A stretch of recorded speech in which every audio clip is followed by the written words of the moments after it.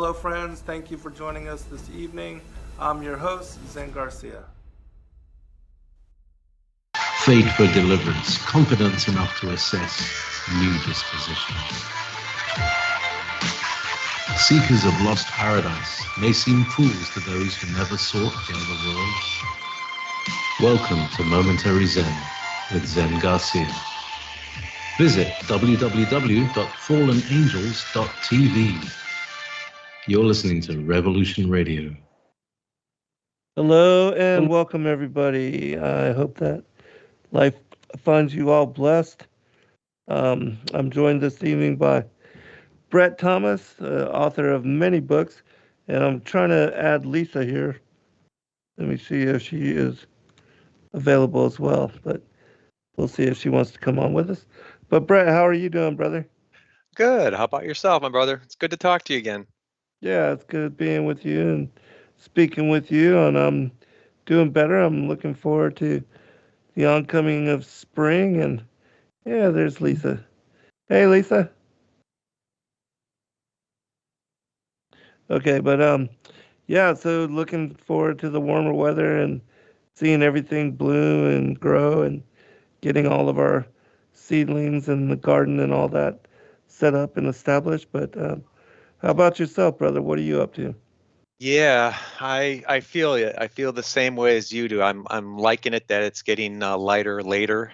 You know, it's always a good feeling when you see that, right? Right? And yeah, I'm definitely looking forward to spring myself. It's Yeah, me too. yeah, it wasn't a bad winter, but it gets a little depressing, you know. Yeah, the cold is brutal, especially where you are. The wind is ripping up that way.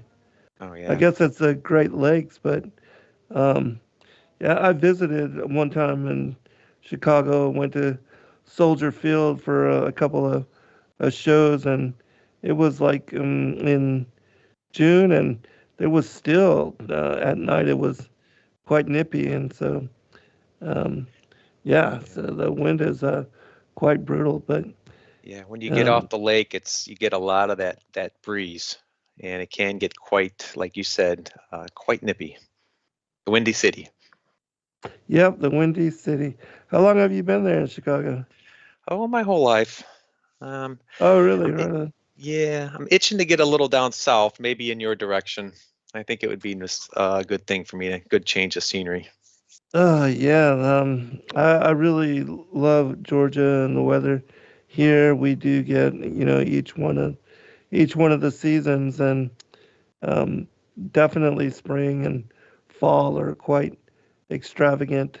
The blooming, the changing of as far as the leaves, in the winter, October entering into winter is really beautiful, vibrant, and the Good. colors are the full spectrum. So Yeah, yeah, that's good. I've been down there a number of times, and it's nice. It's a nice not to have the snow, or if you do have a little bit, it's not too bad.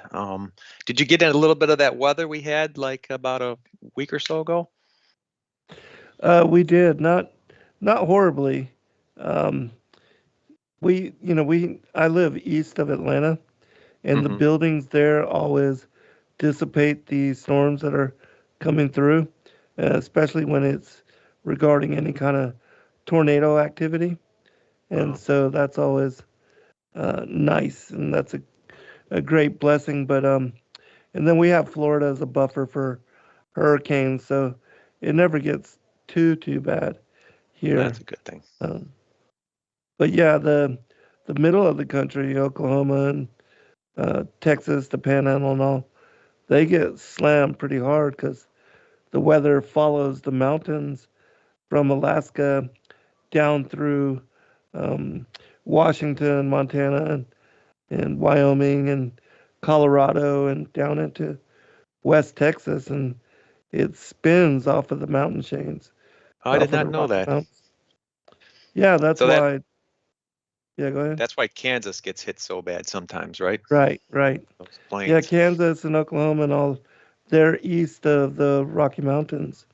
And so the weather patterns as they are coming down from the north, they spin because of their buffering into the mountains, and when they are pushed off of those mountain chains, that's what causes tornadoes, because all the weather moves from west to east, and so that's, that spin is what causes the extravagant tornadoes. But I really feel for all the people that live in that area.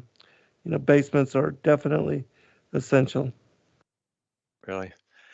Yeah, I was thinking about that, and I forgot that you were so much into weather, and that when we had that last discussion, tell me, how did that pan out? Did you get any feedback or anything about the last month and your flat Earth discussion we had? Oh yeah, we've had quite quite a lot of attention with regard to all of that. I've been doing a number of guest appearances with a number of different people, Flat Earth Dave and a whole panel, and a number of other individuals. I did a show with Jeremiah and Jake Grant and Jeremiah Skiba, and Wow. so yeah, I've done a lot of things trying to catch up, and praise God, my voice has been holding in there, and I've been able to, catch up on a lot of guest appearances from people asking me to do their shows, and so that's been a good time. I like being able to do that and introducing new audiences to my work and to a lot of the controversial topics that I cover. But Oh, how You're about sounding yourself, brother? you're yeah, sounding better every day. I want to say your that. voice is so strong, Zen. In the chat, everyone's saying they notice your voice has gotten so strong, and I just praise the Yeah. Most High that you're able to share with all of us again. Yeah, I'm so grateful for that as well. And so, yeah, that's an awesome blessing. And I definitely want to thank everybody in the chat for praying for me, and you as well, Lisa, and for everybody. I'm so appreciative. This community is such a great blessing upon my life. And when we do the Digital Readers Club and come together with a bunch of believers and family, really, we're extended family, and to be able to share and study and to examine or a lot of the extra biblical manuscripts, and to catch each other up on the things that we're studying and learning. It's just it's an awesome thing. It's definitely ecclesia for this time and day. But I'm so glad you were able to join us, Lisa. How are you doing, sister? I am good. I'm so sorry. I didn't even realize my mic was off, and I'm saying hi to you guys, and then just looked down and noticed that it's off. So yes, doing well. I also didn't really want to comment too much during your weather discussion because we always have pretty much the same you weather live in here. the land of paradise, right? I didn't want, Yeah. I didn't want to make everyone Didn't jealous. want to rub it in, right, Lisa? No, but we are having Hawaii has a holiday today. Every year, same day, it's Prince Kuhio Day. And ironically, I think it lines up on the biblical calendar with New Year's, according to how some people celebrate it anyway. And then it's also really close to like the Chinese New Year and closer than January 1st, of course. So there's a lot of people out and about shopping, and it's only like 2 p.m. here, so we just finished with lunch, and Noble would have wanted to join us too, but we just got home from running errands. He was so hungry, he's eating, and usually after he eats, we might hear him taking a nap in a few minutes. So, Here's some snoring. So yeah, so I decided to leave him to that and come and join you guys here while he has his rest downstairs. So, Please, but yeah, please tell him we said hi.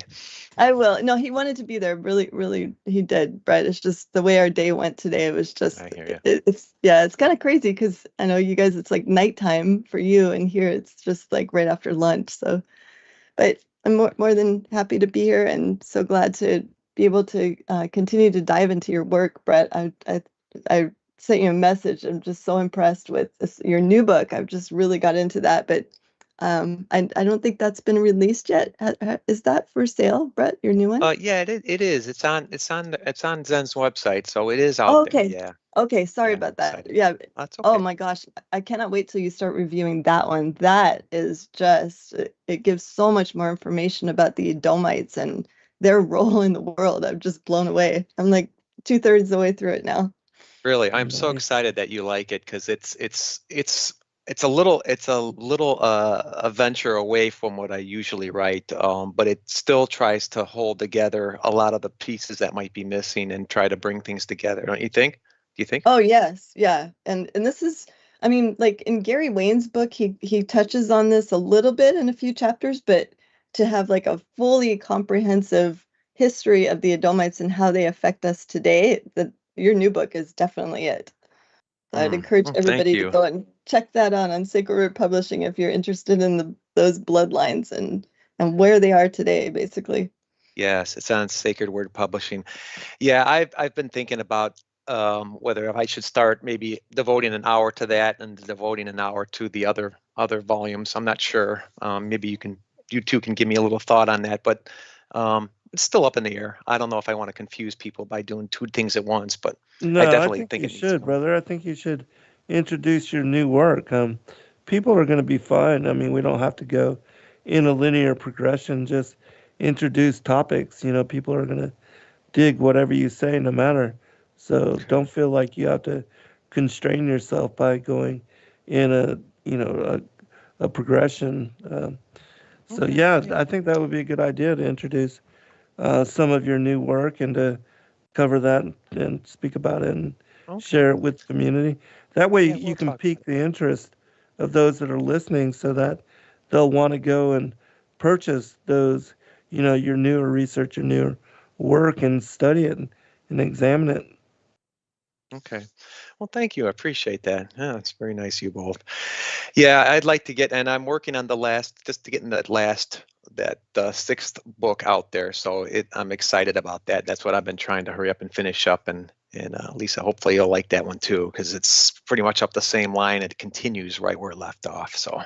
Oh, I'm sure I'm gonna like that then. I've been using your new book actually. Well, I've used some of your older books to teach like our in-person Bible study we have here, and I'm definitely using the new one the information from there because the group that we have they're very open. It's very similar to what we have online here in Zen's community and ours too, like on Hebrew Hawaiian. But the in-person we're not limited by time constraints, and in person they can just ask questions, whatever. And this group that we're with, they just love studying the genealogies. So I appreciate your Really? work.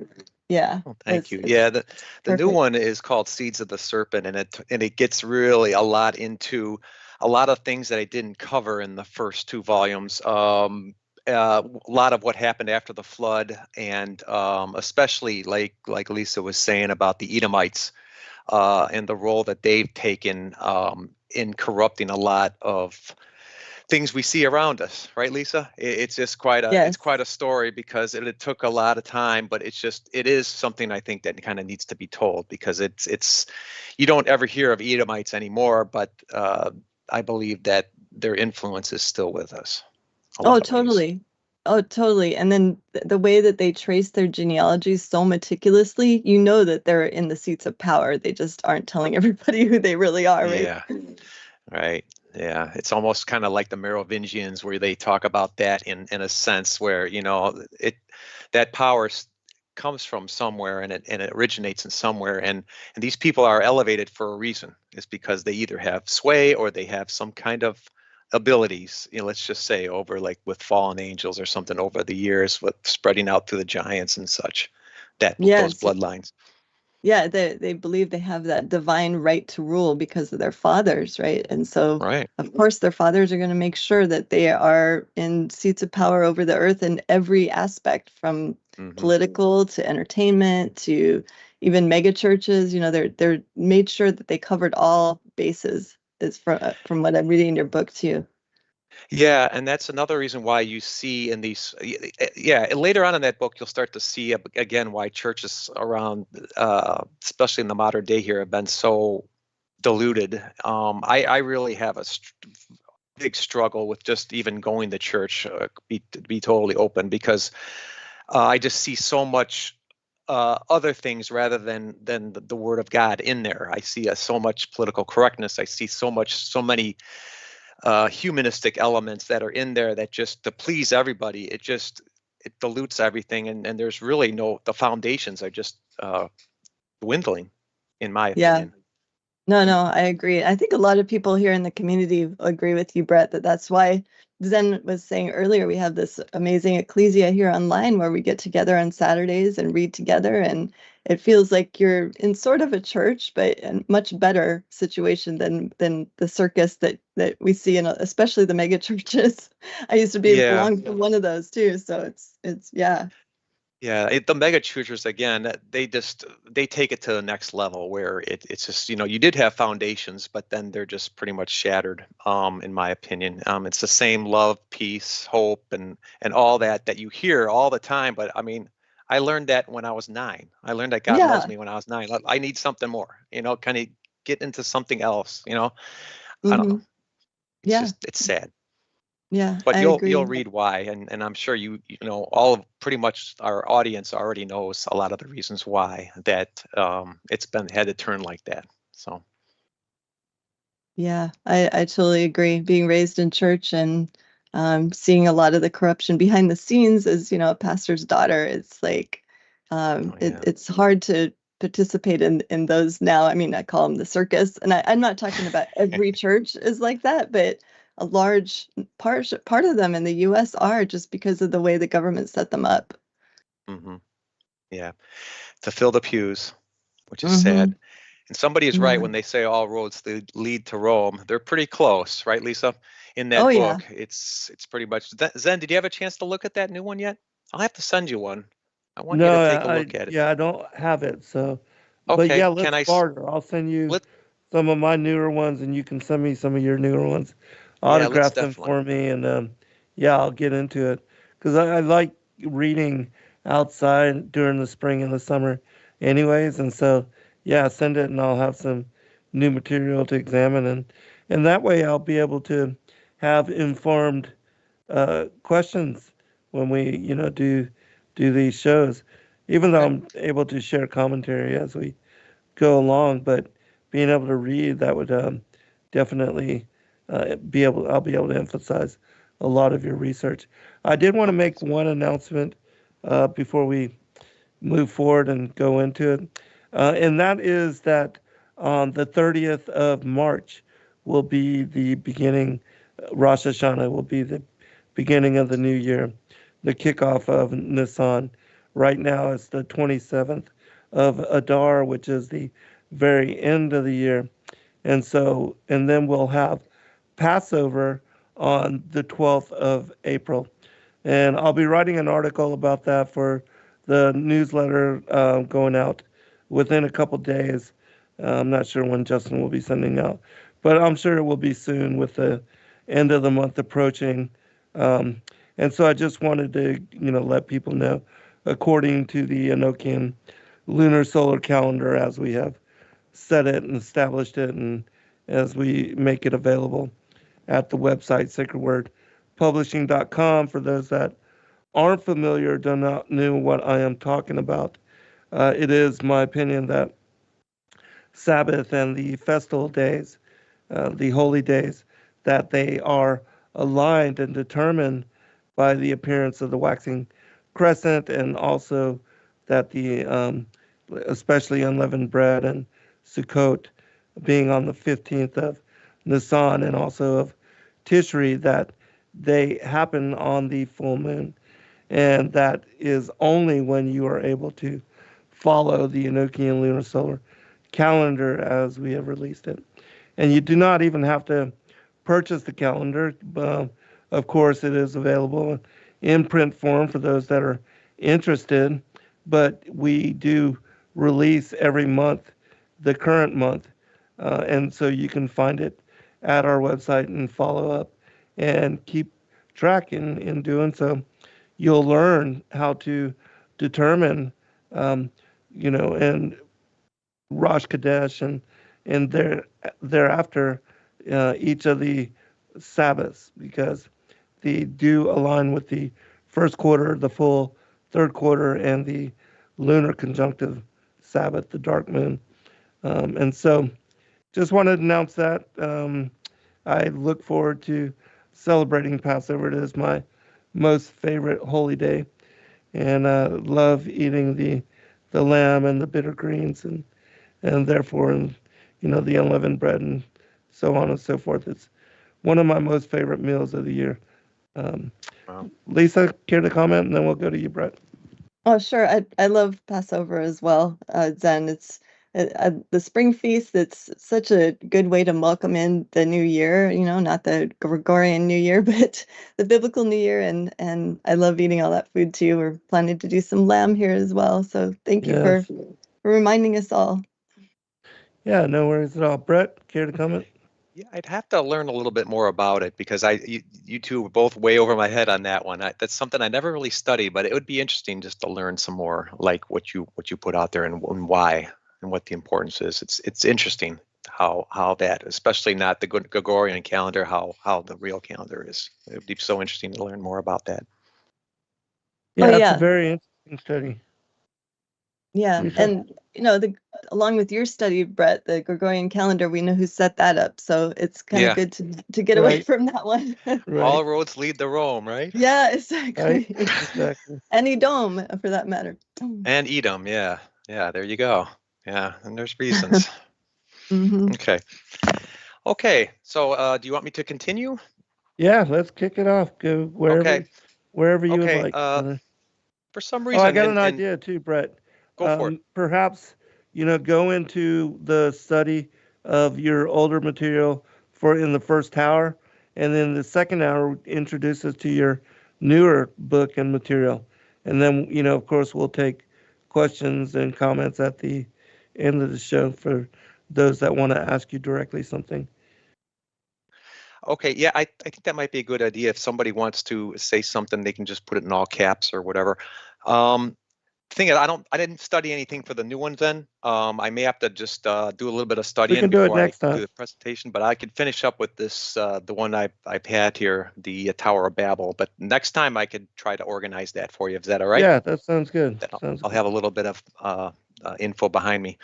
Okay, so where we continued this time was last couple of sessions we had. We dealt a little bit with the first chapter of the Tower of Babel. That's my second volume. Okay, and all of these are on Sacred Word Publishing too. So if you're interested, take a look.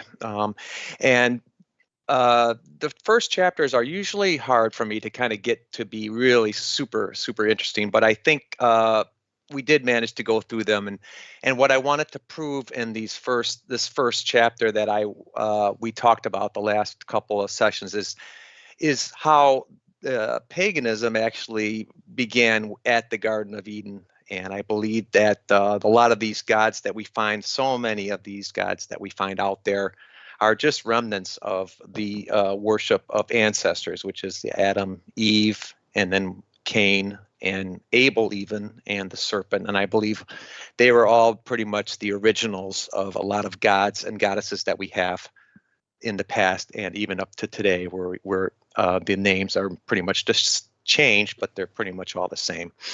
And I believe that was the great counter religion, just to turn people away from God way back in the beginning. And I believe that started with Cain and the serpent himself, to just twist people's minds and take them away from God. So what I did the last couple months here is just to try to equate some of these Babylonian gods and Sumerian and Akkadians and just show how they are related to Cain or to Abel or to Adam, etc. So now we're at the point where I wanted just to talk a little bit more about some of these Babylonian gods and etc. and link them to the Anunnaki and the Watchers even. Did somebody want to say anything, Lisa? Did we? I just want to ask real quick, Brett, you're in the Tower of Babel Part 1 and Volume 2. What page are you on, brother? Just so I can kind of follow along. I what am section in will the you be first starting? chapter. Okay. First chapter, near the end. Okay, near the end of the first chapter. Okay, great. Thank you. Yeah. So anyhow, what I am talking about now and just getting into again is a little bit about the Anunnaki and the Nephilim themselves, okay? Because I believe if we doing the research, you can find a lot of parallels between the Nephilim and the Anunnaki. And of course, a lot of people, and I'm sure Zen would probably agree with that there's a lot of that going on too. So just to kind of show you a little bit, because if they're both, a lot of these sources are telling the same thing as you'd probably hear in the Bible, or you can make out in the Bible, but they're just, again, they're telling it from an opposite point of view, obviously, because, you know, if paganism is the religion of the serpent, etc., they're not going to be anything favoring God or pointing you towards God ultimately. So we did recall about, and again, Zen, just feel free to chime in, because, you know, we all might not agree totally on the details here, but I want to hear your side too. And I'm just going to give you what I found in the research. So you can just give me your thoughts, and I would really like to hear them. If you think it's different, that'd be fine. Sure. Some of the according to the research, some of the meanings of the word Anunnaki is those from heaven to earth came, or one I even found conceived as begotten by the heaven god Anu. And that one is interesting, is because, you know, you got Anunnaki. And the way I have tried to show in a few previous sessions is Anu is just another Babylonian name for Adam. So it's not really that they were conceived or begotten or as begotten. It was more that, you know, they were subjected to Adam as helpers in the garden. In other words, we had Adam as the viceroy, and these Nephilim or Anunnaki were there to be more of just support in the Garden of Adam, just to be under him, and not in a God sort of way, but again, I believe because of a lot of things that went on, there were a lot of serpent gods, and they were not meant to be the rulers anymore. God chose Adam. You guys, any comments you have on this right away? Yeah, I don't see it like that, but Okay. you know, and Can you only tell me? because in the Sumerian mythology, when you read it all, you know, by itself, what they declare is that Anu is the ruler of Nibiru, and he's the father of also of Ea and Enlil, who are Ea represents Poseidon, and Enlil represents Zeus, and they are, you know, the fallen angel gods.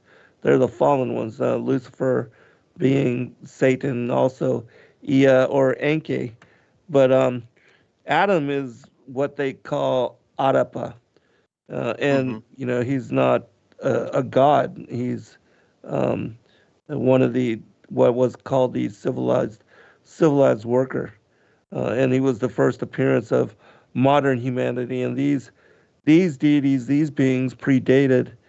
They were here way before we were. They were here during the first world age, before modern humanity was even ever created. So I have a different take on all that, but you know, I respect your position and your research, and you're welcome to bring forth whatever you would like. I just see it differently. That's fine. Yeah, Adapa was the bread maker, wasn't he? Yeah, he was the one that, you know, they taught to be a domesticated worker. After what they tried to, you know, they tried to enslave the pre-Adamites, which were the what were called the primitive workers.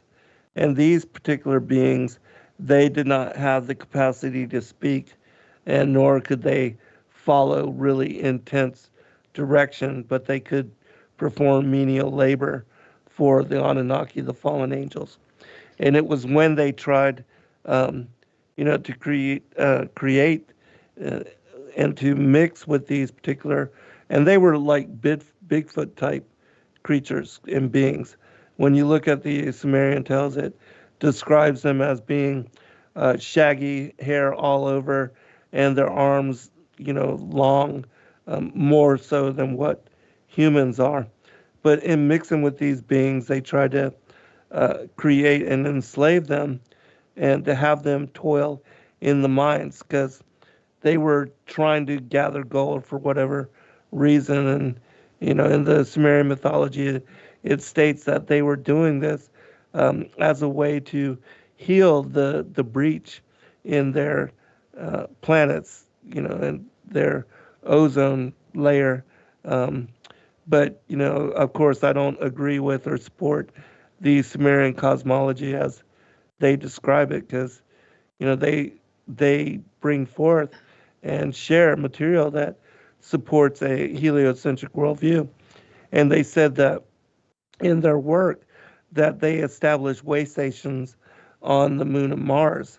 Um, but all of that, again, is propaganda, I believe, in order to establish what would be the strong delusion at the end times, which we find ourselves in now. And that is that the ancient aliens, the Anunnaki, are our gods and our creators, which of course they are not. They are the uh, demonic legion, the fallen angels that were cast out of the heavens for waging war and trying to create an insurgency against the Most High God. And that occurred during the first world age and what is the first day before the earth became without form and void. And also in the Sumerian mythology, they describe themselves as being present here in this world for 432,000 years, or what are called 10 shars. One shar is an equivalent of 3,600 years. And they state, according to the Sumerian kings list, that they have been ruling for 432,000 years here upon the earth, whereas Adam, being the civilized worker and the appearance of, because when they tried to enslave the pre-Adamites, God then created Adam. And even in the Bible we see that the pre-Adamites are found in Genesis 1:26 through 28, and that they were created as couples and as races, and they were told to multiply, to replenish the earth, and to be fruitful. Whereas Adam was created to till the garden and to be in God's paradise. He was supposed to remain immortal. He was never to have fallen into flesh form. But of course, when Eve was beguiled and she was impregnated with Cain, they were then removed from paradise and placed here to the earth, where the Anunnaki and the fallen angels had already been banished to a long, long time ago. Mm-hmm.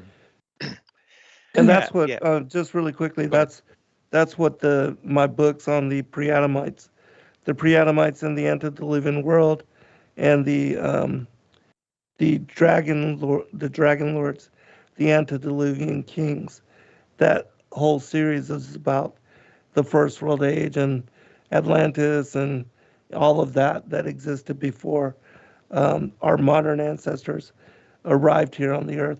But I'll send you that series so you can check it out and cross research and cross reference. Yeah, we could bounce off ideas and such. That's interesting. That'll be cool. Yeah, I one question I got is, I'm tend to be the type that looks for works that might have something that parallels the Bible and that Bible story, and I sense that I've read a lot of that stuff that you're talking about. I think the details of that, and that is over my head as far as that, because it's you did a really good job on bringing all that out. And is that like Sitchin, Zechariah Sitchin? Is that some of the stuff that you would be looking at too? Yeah, that is part of the material. Yes, and I have read all of that material. I studied it even before I started going into a lot of the extra biblical materials. But I think God has given me discernment to be able to tie together all the different narratives as far as the mythologies, the oral traditions, the ancient stories, and also the prophetic word and the extra biblical texts. And because these things are also spoken about in, like, on the origin of the world, these different manuscripts that were found with the Nag Hammadi codices. When, in just my opinion, when you have the eyes to see, the ears to hear, and a mind to understand, you're then able to put together the bigger picture of how all these things come together in underlying truth. Because the word, the holy inspired word of the Most High God, it contains the real truth. Just like the book of Enoch about the Watchers and the fallen angels and the giants. All of that is very important to understand when you try to figure out what we have been dealing with and with regard to the mythologies of our ancient past, the stories of Atlantis, the fallen angels, giants, all those things, because of course Darwinism and the scientism, they all deny. They believe and they state and they teach our children that we evolved of monkeys and that there's some common ancestor out there that is a ape type human, when that is all false. It's all propaganda. The truth is that there were hominids and there were giants, and the giants came forth from the fallen angels mating with the daughters of Cain, and also with the pre-Adamites. And so, and we know that there has been skeletons found of giants all over the world. And looking Mm-hmm. at the mythologies, the stories of all the megalithic sites and the structures like Baalbek and Pumapunku and others, the oral traditions are that the giants created those things.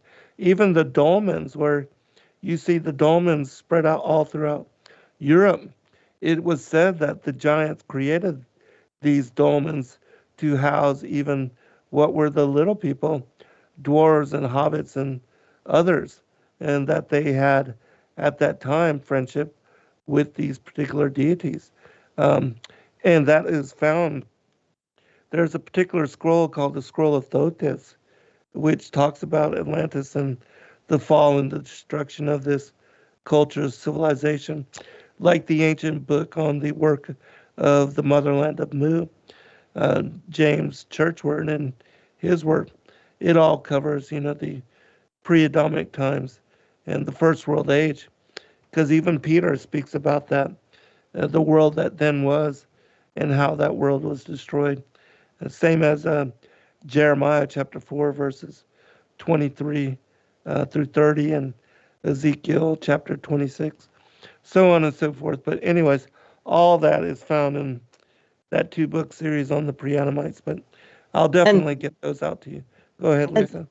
no, sorry, Zen, real quick before we switch topics, there's a question in the chat from Donna Smith, and it's kind of along the same lines as you were just describing about the old world and pre-Adamites. She's asking, what do you think about the pyramids pre-Eden? Oh yeah, the pyramids were most certainly created at a time when what we see as far as the dry desert heat there in Egypt. Even the geologists and different individuals have confirmed that the Sphinx was created at a time when there was an abundance of rain, and that the waterfall had created and carved indentures into the body of the Sphinx. The pyramids also predate humanity. They are very much older than, and we have the stories of Thoth, the Atlantean, and he talks about how when the ancient motherland, Mu, was destroyed, that they then, in a diaspora, that they traveled to Egypt and that they then took over the land of Kem, which is, of course, Egypt, and they talk about building the pyramids. It's even cited that there's a ancient craft beneath the pyramids as well. But even in the stories, as I said, the scroll of Thoth and other tales, um, the motherland of Mu, the ancient Sanskrit Vedic texts, they also talk about ancient sites being all constructed, and that there were ancient cities and civilizations that are now found at the bottom of the sea, because of course we had 13,000 years ago or so that the ocean levels rose, and a lot of that old world was drowned. And we see that, in the Bible, it says that that land, that it underwent a katabole, the Greek word katabole, which means a complete, it was perished, completely annihilated. And the same thing with Genesis chapter 1, verse 2, where you see that the Hebrew there, Haya Tohu Wabohu, it means that the primeval earth became a deserted wasteland and an indistinguishable ruin. And, of course, we have the war in heaven, in my opinion, that led to the destruction of the first world age. And it's the same thing in the mythologies of Atlantis. Atlantis was said to be destroyed by the Most High God from above and below, and that it was swallowed up by the sea. And, again, it's my opinion that a lot of that ancient world was drowned by the seas. And we see that there are pyramids at the bottoms of the oceans in Cuba, the entire Black Sea, the Mediterranean Sea, there in Europe, and there's ancient cities. What were the ancient Thracian Tartarian Empire? They are found at the bottoms of the oceans as well. And so there's a lot of the ancient world that is no longer above the seas to be examined. But, places like Yonaguni, the Cuban pyramids that have been discovered, and there are many above ground ancient megalithic sites that are being discovered even now, in places like Russia and China and other places, like even in Bosnia, the town was built outside of one of the most ancient and most enormous constructs of pyramidal sites to be found anywhere in the world. And so there's a lot of stuff being discovered and, coming to light in this day and age, because I do believe we're at that time where Joel 2 and in Acts, where it speaks about, the Most High is going to pour out his Spirit upon all flesh, and that those things that were hidden will come to light. Yeah, I agree, Zen, and I've actually done some research on the pyramids worldwide as well, especially one in particular. I don't know if you've heard of, I'm sure you've heard of Mount Kailash. It's located in Tibet, and this particular pyramid, and Russian scientists went there, I think it was in 2017. It was all well documented that they went to go and try to attempt to climb this particular mountain. They call it a mountain, but the scientists confirm it was built by man. It's definitely a pyramid, and it would have been more like the capstone on what used to be probably the tallest pyramid in the world. I did some research on this particular mountain too, because no one's ever climbed it. The scientists were not able to, and they found that when they were in that area around Mount Kailash, that aging is accelerated. Like they aged more in like an equivalent of like 2 weeks instead of just like 24 hours. Their fingernails grow longer, their hair grows longer, and then there's kind of a lack of oxygen as well. And if you read in the account in the book of Jasher, where it talks about the Tower of Babel, and also in the Bible too, it says it was they found a plot of land east of the land of Shinar. And if you look at ancient maps, the land of Shinar extended all the way to like the boundary of what we would call Tibet today. And so if it was just a short distance east of that boundary, then it looks like it was just the capstone that's left. And because it says in Joshua, it still exists to this day. And then what we would call modern Babylon, there's no remnant left of any massive structure that they built to try to reach the heavens. And they chose this particular area of ground, I believe, because of the elevation. They already have like a head start of how many miles above sea level, and they would just continue building. And the scientists estimated that if it was in its complete form, it would have been able to be seen worldwide. And of course, that's only possible on a flat Earth, just because of the height and even the location. It's like 666 kilometers from the North Pole. It's accessible by tunnel, as documented by Hitler and when they were doing exploration around that time. And it looks like there was some type of an earthquake or a ground disturbance around it. And so in Joshua, it talks about how the middle part was knocked out, and the Most High was putting judgment on the people, and some of them became monkeys and elephants, and it says just the top part is still remained to this day. So like the bottom part would have been swallowed by an earthquake. This middle part would have been knocked out, and the Most High knocked that away from everyone. And then there's 4 different major religions that have holy pilgrimages to this site on an annual basis, and they're located in that same area.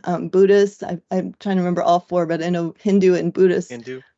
Yeah, they're part of those religions that have this pilgrimage, and during this pilgrimage, it says that they walk around a 3 days journey to get around this particular pyramid, and that's exactly what it says in the book of Joshua, how long it takes to walk around this thing. And they believe that the Hindus believe that their god Shiva resides inside of it. Personally, I would think it would have been hollow, and it would have been kind of like it's on a major spiritual vortex worldwide. They have all these different kind of holy sites that just because of the area. I mean, I know like Maui is considered one, and Mount Kailash is definitely one of those vortexes. So I think it could be a pretty good candidate for the remains of the Tower of Babel. I have a little video up on our channel about it that I give a lot more detail, but just along those lines of the pyramids, I just thought that was pretty cool. Yeah, it is very cool. That's very interesting. One thing that I find really enthralling, because I don't mind learning new things like that, and I think that's one thing that you said, Lisa, about being a 3-day walk, a journey around it. I've heard about that before too, where they talked about the Tower of Babel itself, and it's very interesting to see that this is exactly the same amount of time it would take to go around. That kind of and near this particular pyramid at Mount Kailash, there's 2 lakes, and it would have been perfect for making the bricks, because one lake, and this is within a mile of the pyramid, so they're very easily accessible. One of the lakes is saltwater and one is fresh. So in order to make mortar and slime to construct all the bricks and everything, it would have been very accessible to have both salt and fresh water nearby. And like I said, they already had a pretty good start as far as the height. And so in order to reach the heavens, you're already on the highest plateau in the earth. And to be able to build up from there, to me, it just makes sense. Mm-hmm. Yeah, absolutely. Makes it that is interesting. Zen, I got another question for you. Just a thought real quick. You said about there was almost like Bigfoot characters. You said, is that the pre-Edomites you're talking about?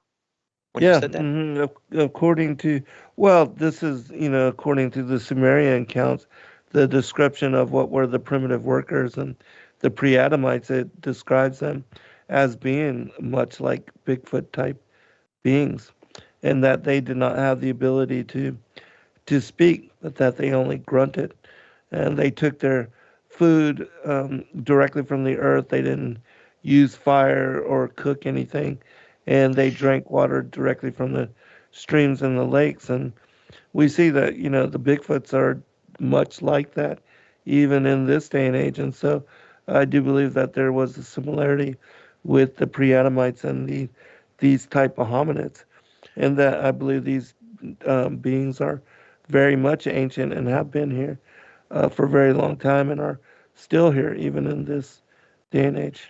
I got a thought for you real quick, Zen. You did talk about, and I know you got into with great detail, but could all of this that you're talking about, would be before, obviously, because the gap theory, right? We talked about God in 7 days and rejuvenating the world into the present world. So all of that would be theoretically taking place before, right? With the pre-Adamites. Mm-hmm. Okay. Yeah. So my question to you is, because I've wanted to find out and understand about Bigfoots and then that type of Yeti, Sasquatch, how that could come about, and could that, if you think about it, could there have been a punishment of God in a way that maybe these pre-Adamites were punished or for something maybe they might have done in the previous world, and could that have served as some kind of punishment for maybe pride or whatever? Because we think about Nebuchadnezzar, and he was almost turned into the same type of situation, right? For his pride.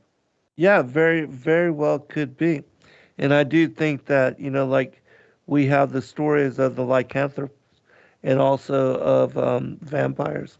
And I do believe that these type of undead beings are part of the demonic legion. and that they are cursed, to undergo through and be transformed in these manners. But even, the elites, they practice the black magic in order to access this kind of skill set, and they give themselves over to such possession in order to be able to utilize such magical abilities. And so I think things like werewolves and vampires, they are part of the conjuring of demons and the involvement of humans with being possessed in such manner. But just like what Lisa said with the destruction of the Tower of Babel, and how it was that God also brought judgment down upon certain individuals. And it was said that certain peoples were turned into animal hybrids. And Ape-like. yeah, like dog-headed people. And we even have a story of a dog-headed saint that was found. And then you can look up these particular individuals. I think they're called like Cephala something. Just look up, keyword search, dog-headed people, and the story of these particular beings. And they, explorers in ancient times, not even going back very far, but I think like the 16 and 1700s, that these kind of individuals were being encountered and spoken about in similarity to the giants that were found all over the world, that they were also a hybrid race, and that they were, they are the arch nemesis of humanity because they were the unnatural hybrid children born of the fallen angels' involvement with the daughters of Cain. They are not a natural race. That's why when they die, they don't have part in salvation or an afterlife, but become dark entities, shades, and spirits. And they look for bodies to possess in order to engage and to act out in the physical world. And it even talks about in a book called The Legends of the Patriarchs and the Prophets, Oh yeah. in the chapter on the fall of the angels. It speaks about, in the same way that the Sumerian tales of the Anunnaki, it describes them as once they were cast out of the heavens and condemned and placed here on the earth, that they began to slowly lose their immortality and their very long lifespans, that they became more corporeal substance, so that they, took on physicality, and they were no longer immortal spirits like the angels of heaven, but became, and we see the pronouncement that in Psalms 82, that they would die the death of a man. And so they took on physicality slowly, slowly, slowly over time. And their lifespans were also, the longevity, the duration of their lifespans was reduced. In the book of Enoch, it describes even the giants, that whereas they used to have very long lifespans, after the flood of Noah's day, their lifespans were reduced to 500 years. And the only two, Og and Sihon, who were the pre-flood giants, they had very much longer Yeah. lifespans than the giants that were born after the flood. But even humanity, the children of Noah, Shem, he lived to be 600 years. And Abraham lived to be 175 years.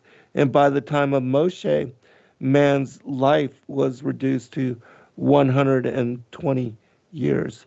And so, even that of humanity, because it's my opinion that the 10 generations before the flood, from Adam to Noah, that they were all very much larger statured individuals, being even humans, that they were what we would consider to be giants back in ancient times. And they lived longer lifespans, of course. Oh, we're already at break. All right, we'll be right Okay. back, everybody, Be for a right back. second.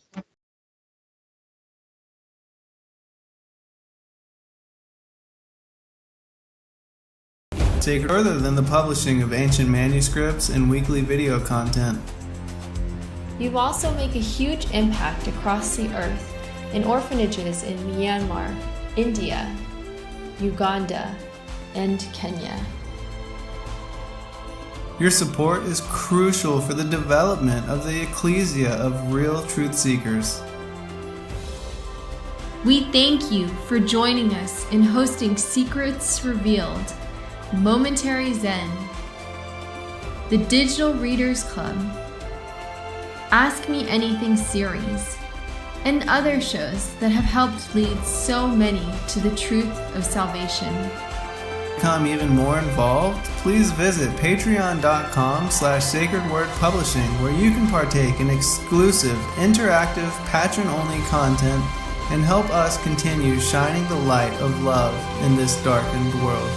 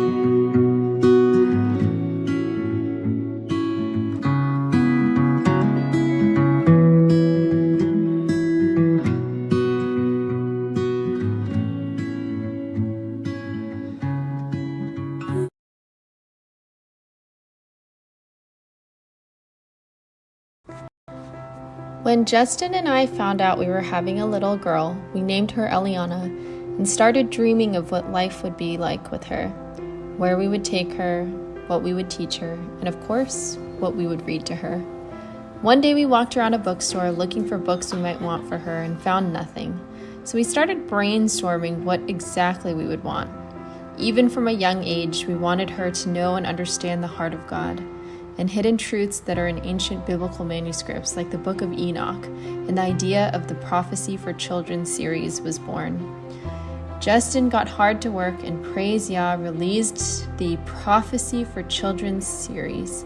We are grateful for the support and amazing feedback from others who have been wanting the same for their children. With our newest addition to the family, Ezra, we also added Enoch's Judgment of the Giants to this prophecy series. We're excited to keep writing books for our children to share with our truth-seeking family. To order these books today, please check out sacredwordpublishing.com/collections/children's-store.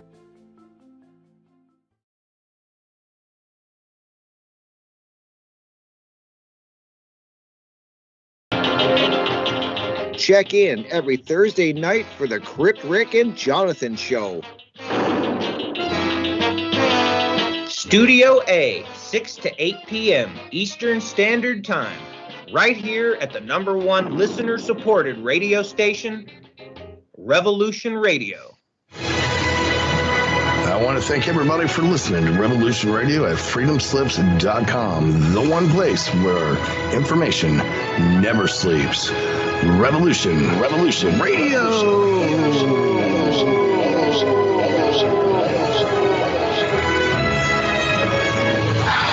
right, let's show them what we got here.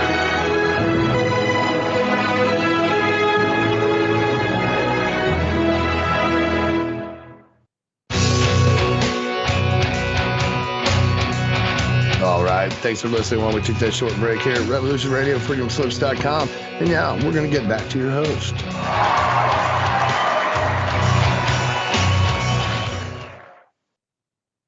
All right, welcome back, everybody, for a second hour. I'm your host, Zen Garcia. I'm joined by Lisa George and also our good friend Brett Thomas, and we are covering the Mystery Babylon series, of which Brett is the author.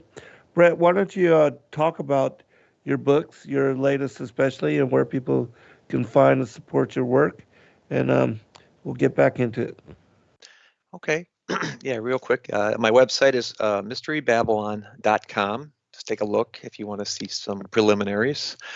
And if you have any questions, please feel free to email me. It's mysterybabylon@1791.com. And that's 1791.com. Just pop me a question, concern, whatever you want, and I'll be glad to try to answer it. And my books are available at Sacred Word Publishing at Zen's website, and I hope just take a look if you'd like to check them out. Real quick, Zen, I've always been interested in this Bigfoot thing and etc. My thought would be about it, kind of like what you're saying, is I believe that it could actually be some form of punishment for something or someone in the past. Maybe they were giants, who knows? But I think that's probably why we hear a lot of superstitions and thoughts of them actually being connected somehow to the supernatural or the spirit world. We hear that a lot about these particular creatures, and probably why they're not ever really found and why they have to pretty much run from humans, because I believe that could be their eternal punishment. Does that make sense? Yeah, and it does. Yeah, and it's again Nebuchadnezzar. There is that Demon book Right. that talks about even more about Nebuchadnezzar, and it's interesting when you look at that book. It's on Amazon. It's Demon is that author. He supposedly gets books from the Vatican. Underneath the Vatican. Uh-huh. Yeah. Anyhow, there is that one that talks about Nebuchadnezzar, and it's so interesting because it goes into more detail about what happened to him, how he looked as this punishment. And he almost looked like a Bigfoot the way they're talking about. He got real hairy, got very Right. tall. It's just fascinating. It's Exactly. just like, okay, that makes sense, That So is a good book. yeah. So, and my take on a lot of what we're talking about here is I think a lot of this, if it has to do with the previous world, it's hard for me to try to figure out the previous world, the world that was before, like Peter said, because I guess more of my focus is on the world that is now, with Babylon and where it all came from, etc. So it is a fascinating topic to try to figure out the world that was, but it's just, for me, I'm trying to it's almost out of the scope, so I'd have to kind of really study it. And I think, Zen, from what you're talking about, you get a lot of it from a lot of the different Babylonian texts, right? And Sitchin too, right? From what I'm gathering. Well, yeah, that, and even in the Colburn Bible, there's mentioned. The Colburn? And, the Emerald Tablets, there's also the mention of the destruction of Atlantis. And even the motherland of Mu, James Churchward. So there's a lot of material about these stories. Even Kreta Mutwa, the Sangoma, the South African Sangoma, he shares in his oral traditions the stories of the pre-Adamic times and, the First World Age. And so there's stories found all over. Even the ancient natives, even the Australian Aborigines, there's ancient stories found all over the world. It's just people don't understand how to put it all together. And so that's why I wrote the books that I did and compiled all those narratives in order to tell a cohesive story so that people could understand the world that then was and how it was destroyed by water, because remember in 2 Peter it says, for this they willingly are ignorant of, that by the word of God the heavens were of old, and the earth standing out of the water and in the water, whereby the world that then was, being overflowed with water, perished. Yeah, that's so important to know, Zen. When you're saying this, I just have a memory of my dad. He was heavily involved in church. He was a pastor. He was a parochial school principal. I mean, you'd think he had so much knowledge about the Bible, in my eyes anyway, when I was growing up. And then knowing what I do now, we were talking about the just something simple like the flood. I asked him, I said, you know that the earth before the flood, there was no ocean, right? There was only rivers and maybe some lakes mentioned in the Bible. And my dad was like, really? Is that? And I'm like, oh, okay, I think we better go back a little bit more here, just because they really don't teach this stuff in church. No, not at all. Well, And that's Lisa, why it's been people hundreds of don't years. consider it. Yeah, it's been hundreds of years, and as you've looked at that book, that third one I'm writing, you can start to see the control and the reasons for it is because they want the Bible to be the only source of information to look at, which I understand that, but that means no looking at anything else. But then somebody's controlling what's going into the Bible, and the interpretations. So that's why probably a lot of these learned pastors and such aren't getting much else. Right. Yeah, it's heavily controlled what they teach in the seminary and what they're allowed to speak about in the pulpit. And yeah, it's sad because there's so much information missing. And then when you read the Bible, like I've read through the Bible, I don't know how many times in my life, and certain things you cannot make the connection unless someone helps you to see it, like what Zen does with his books, what you do with your books, Brett, where you bring in the other information that you learn from other manuscripts and just from the Holy Spirit revelation even, and you bring that in, and all of a sudden when you read a verse again, it totally makes sense because you have the extra information in the back of your mind. Right. And you need that. You need that. Absolutely. You need that. It's kind of. It always reminds me of that Lamech, the cry of Lamech when he he killed somebody for his hurt and etc. That's in the Bible, but you don't know what it means. That? Yeah. I always wondered what in the world that meant. Yeah, what is that? Until you read some of these other interpretations and other ancient books and like legends of the Jews, etc., you start to see, oh, okay, that makes total sense now. Right. Right. Absolutely. Right. Since we go ahead, Lisa, and then I'll bring out something. Okay, sorry, Zen. I just want to maybe good. Brett, you can look in the chat. Shay has a question for you. Maybe you want to address in a little bit here, Brett. If you can Where take is she it. at? Where is it? Shay Cheney. He put it all in capital letters. If you scroll back a little bit, you'll see it. Oh, did Brett finish his book on Esau? Yeah. So maybe you want to address that after Zen. Yeah, talks, Shay. The first now? one is done.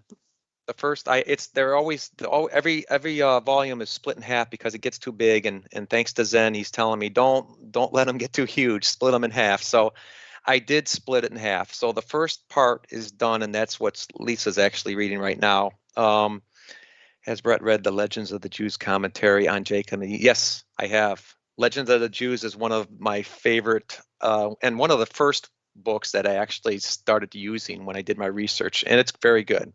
It's very good.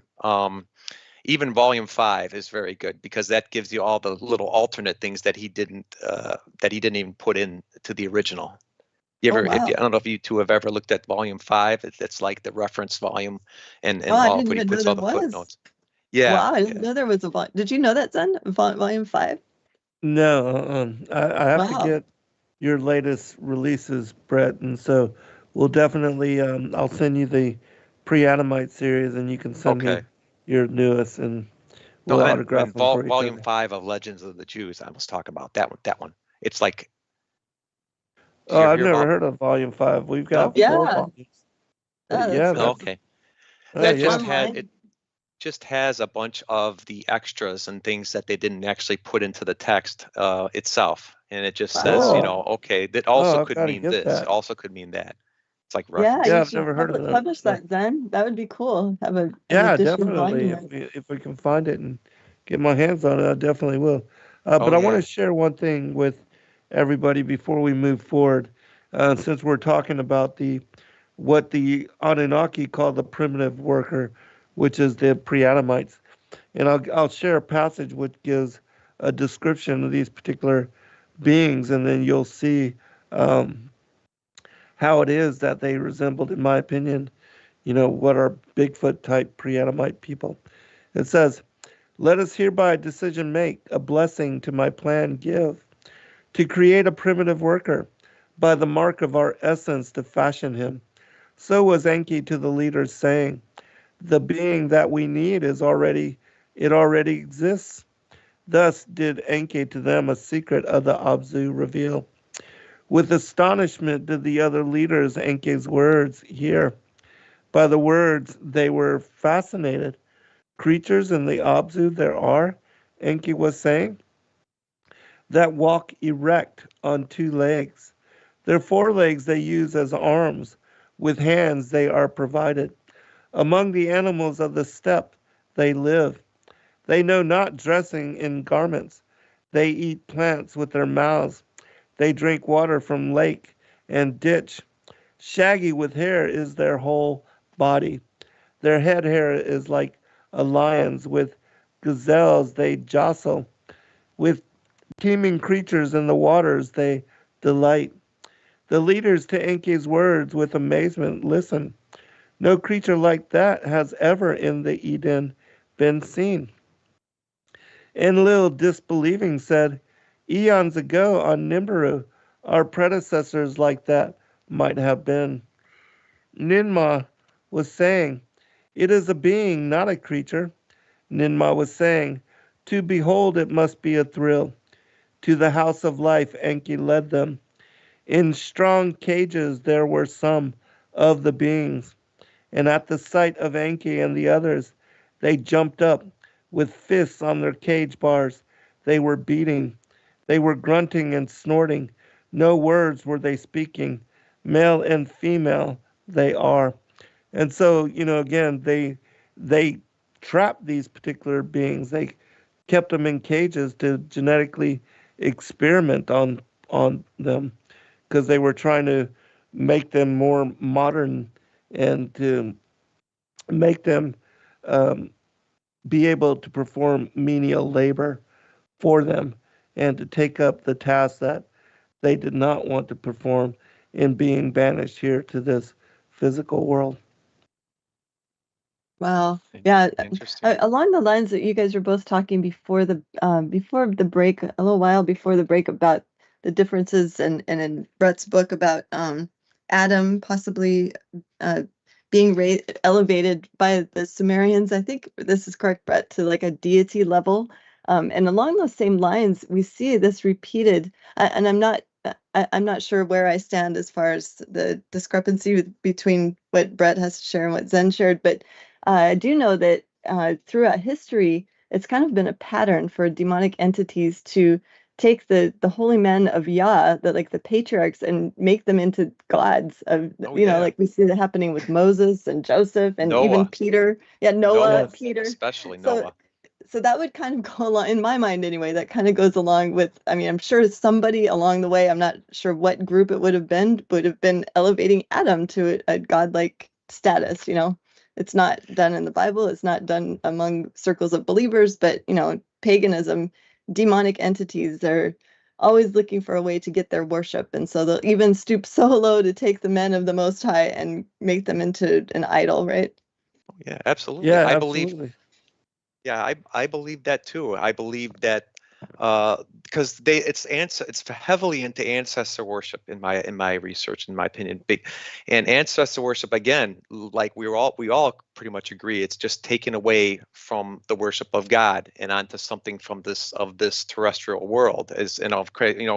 That's why you still see ancestor worship today, and they pray to somebody. They don't pray to God, they pray to their ancestors. So I believe that the ultimate ancestors were the serpent and Abel and Cain and of course, you see it all over the place where Cain battles his evil brother. I mean, that's even in the Aztecs. That Quetzalcoatl has an evil brother that he battles. It's just fascinating when you see it's almost like the same story over and over again. And of course, the evil brother is evil is because he's not thinking in this pagan realm, or he's not taking on and thinking in these same ways. So of course, Abel would be considered evil in their eyes. But of course, and we look at it in the Bible, Abel's the good guy, right? Yes.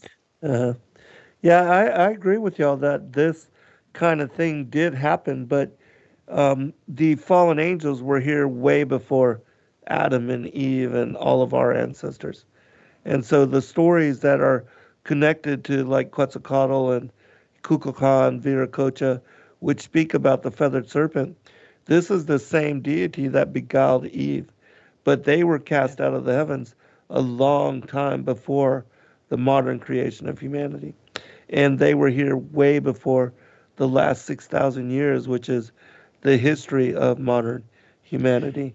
And so that's all I'm saying. Yeah, my take it on Zen is this. I believe too what you were saying too. I believe that they have been here a long time before, but could this new world, the way we have, that Adam would be the new viceroy, could have been something that could have corrupted them and got them angry enough to just use their pride and say, we don't want to bow to this man of clay or this man of dust? I mean, could that have been part of their downfall, at least in this new world? Well, that happened after the creation of Adam, but Right. the war in heaven preceded that, going back to before the earth became without form and void. So the war in heaven happened when light and darkness was separated, when Christ was introduced as the light of the world. That's when iniquity was found within Lucifer. And so that was before the second day. And the firmament was put into place on the second day in order to trap these deities to this world. I can share with you a passage from the first book of Adam and Eve, and where the angels come to Adam and tell him about the war in heaven and how it happened in very ancient times, and that this was the reason why Satan was, taking revenge against him, because he could not take revenge against Christ. So yeah, that is part of their fall and their judgment, but that happened very much later than the initial their banishment to this world, and because they had been here, as I said, for 432,000 years. Now, could there have been, like you said, could they have already been banished and punished to be under Adam in this new world because of what they did in the previous world? You know what I mean? Could that have been? And then when their pride got the best of them and say, I don't want to bow to this viceroy Adam, could they have been punished even further and demoted? Could that have? Well, I don't believe they're under Adam. I believe Adam is under them, and because Adam was banished and cast, and our ancestors were banished and cast to this world, and this world is ruled by Satan, and by the fallen angels, Legion. They rule for a time. Even when Christ came in the body and in the flesh and cast them out, they said, have you come to torch us before the time?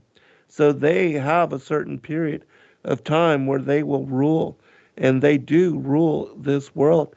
That's why we see even in this day and age, there is a prevalence of evil. And this evil will continue until the second coming of Christ, the return. And when the harvest then occurs, the tares will be gathered for burning and the wheat for preservation. But the Antichrist will be revealed soon as well. And that's when they will come to their full authority and their full power. But the New World Order rules this world and has since Babylon, since even before Babylon, going back to Atlantis and ancient times, to the first world age, to the world that then was. They have been ruling as those who from the earth to the heaven came. So I don't believe that Adam is over them.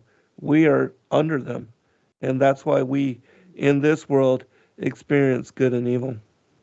Yeah, well, what I meant by over them, what I meant was just that we're not more powerful than these angels, etc. But I believe that, again, is that Adam was giving the charge and the position of viceroy, and he was just a mortal human being.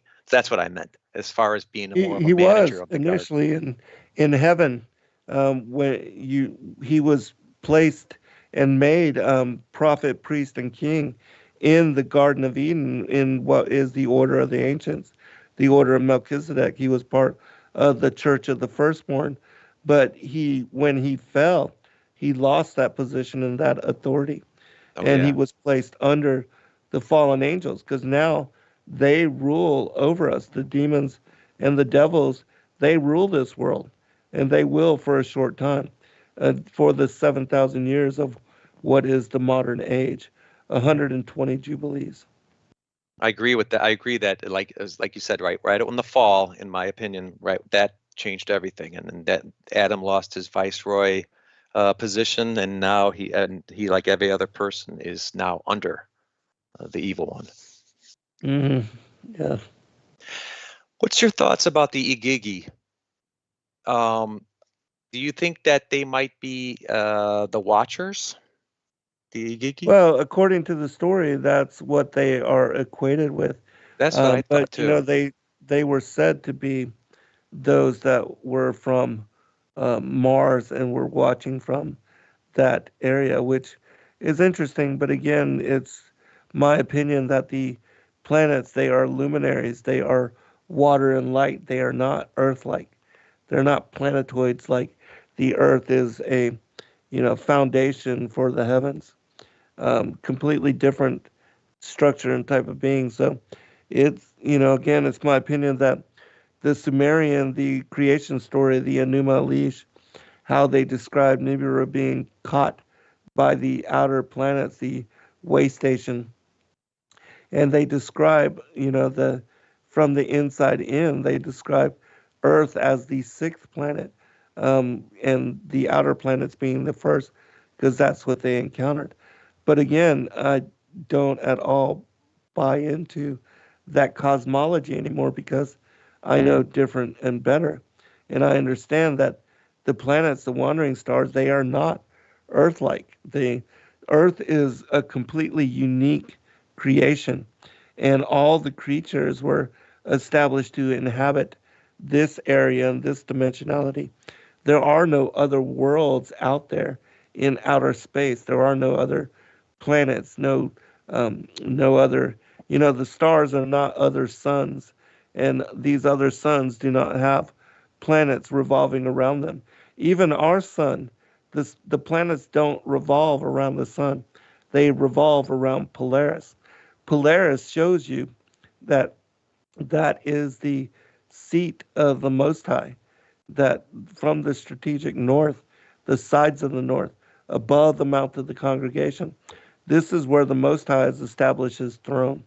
And so I have an altar in my house, and it faces north, because I know that the Most High is seated on the circle of the earth, as it says in Isaiah 40:22, that he sits upon the circle of the earth, the vaulted dome of the earth, the firmament, which is a sea of glass like unto crystal. And so the floor of the heavenly temple is the roof of our world, as Enoch also describes. When he talks about the flood, he said that the lofty roof, was basically filled up like a bathtub. And that's how the waters above were allowed to pour into our world and to consume and to rise above the mountains to drown everything. And also the foundations of the earth were, part of the flooding of this world at that time. And so, the cosmology is completely different from what we have been led to buy into and to believe by the Sumerian manuscripts, as well as NASA and scientism. Yeah, that's why I get a little bit hesitant about, like you talking about the Sumerian manuscripts and stuff. Sometimes it sounds to me like a little propaganda. And when you talk, when they talk about the different worlds, like you said, planets, etc., I get a little bit hesitant. And I know I agree with you. You got to kind of be careful with that. Yeah, me too. But for myself, I study everything because the Most High has given me the eyes to see, the ears to hear, and a mind to understand. And I'm able to see the underlying truth, which unites all things. And my gift is to share the bigger picture of how all these things come together for the fullness of what is truth. And yes, I know that the Sumerian manuscripts are propaganda, but in order for me to be able to help people to come out of all that, I have to understand what they say, what they teach, and how to, present the truth to bring people out of the propaganda of those teachings. Oh, I hear you. I totally, I hear you. Because sometimes you have to dig into it in order to understand and take what you need that is actually sensical out of it to make it make sense, right? Absolutely. Yeah, Yes. I totally get it. Absolutely. Yeah, you're good at that part of it, especially in those topics, because that's, yeah, for me, it's a little bit, it's too easy to get sucked into it and get taken into different directions for that, especially when they talk about those things. It's good. Yeah. Yeah, it's Lisa, good. could And you go ahead, Lisa? no, I was just gonna say, Zen, it's so awesome to hear your voices back, and everyone in chat is just agreeing and praising the Most High that you're able to, that you're back. They're all like, Zen's back with all the information. So we're just happy to hear you. Yes, Yeah, what a great blessing. Yes, praise the Most High. And I'm so fortunate. And again, I thank all of you for your prayers as well. And that's very good. Satan was really happy to try to take that voice away from you, Zen, because he knows how many thousands of people are reached by you and have shared in the truth that you share, Zen. It's just it's that was like the area that Satan could try to get that away from you, but it wasn't the will of the Most High, that's for sure. Yeah.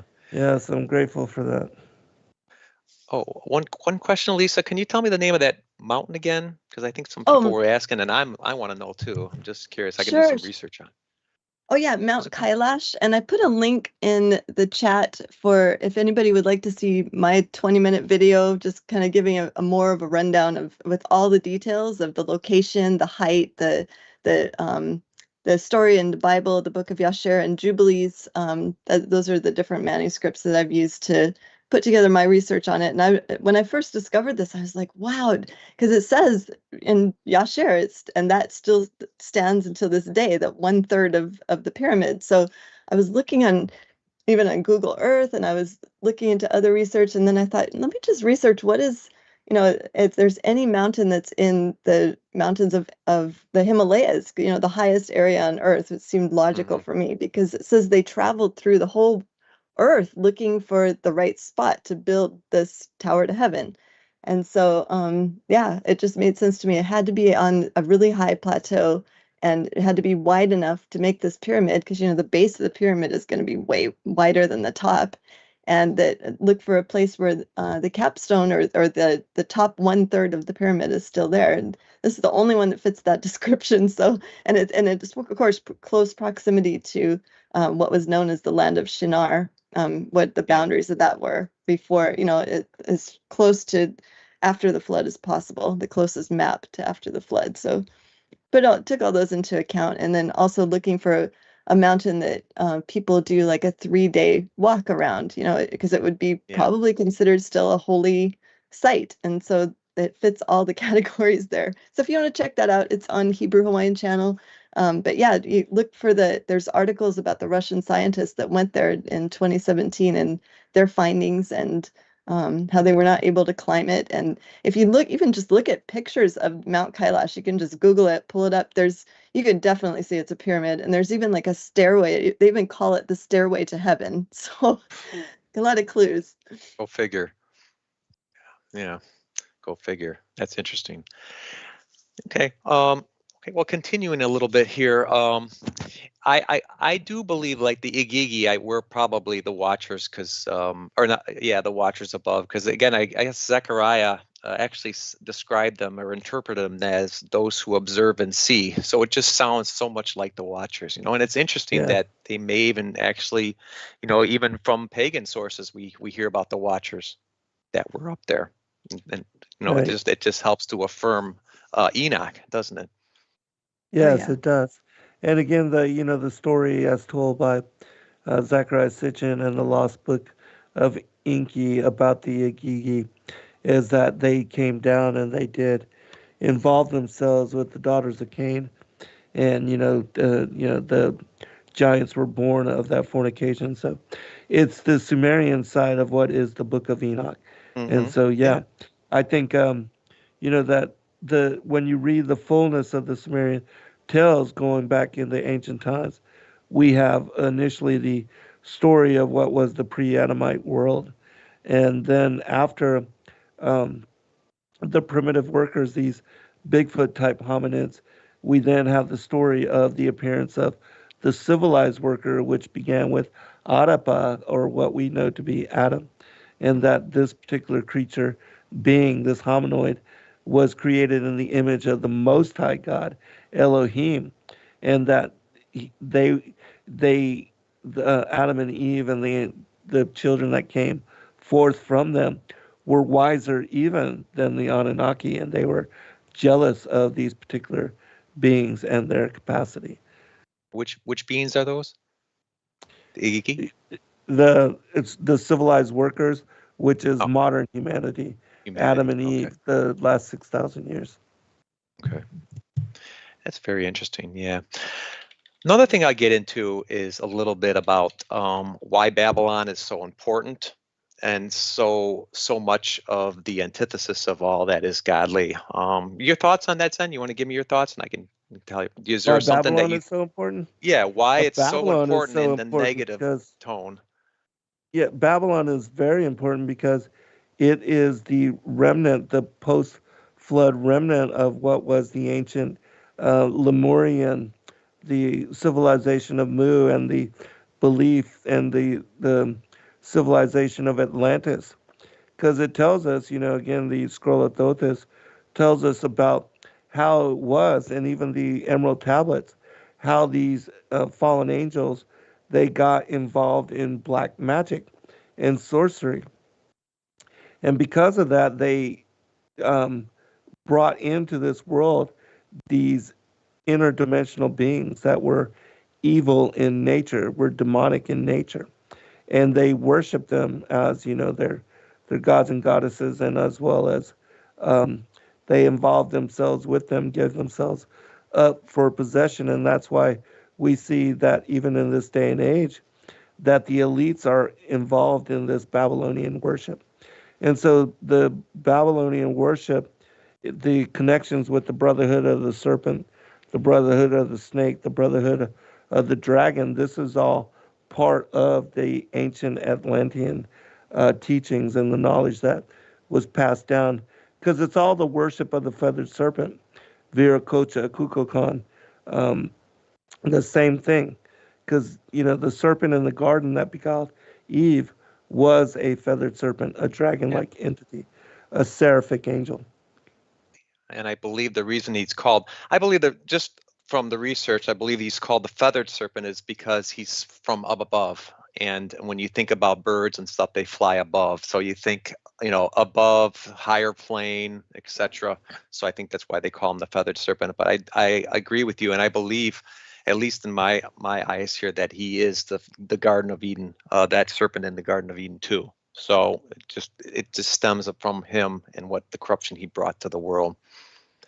Yeah, one thing really quick, the last thing, and then we can move forward, is even the depictions of the Anunnaki, they show them as being feathered serpent, reptilian-like beings, much like what is described as the seraphim angels. And also of Cain. Cain was said to have a seraphic appearance. And that word seraph means snake-like or reptilian-like, dragon-like.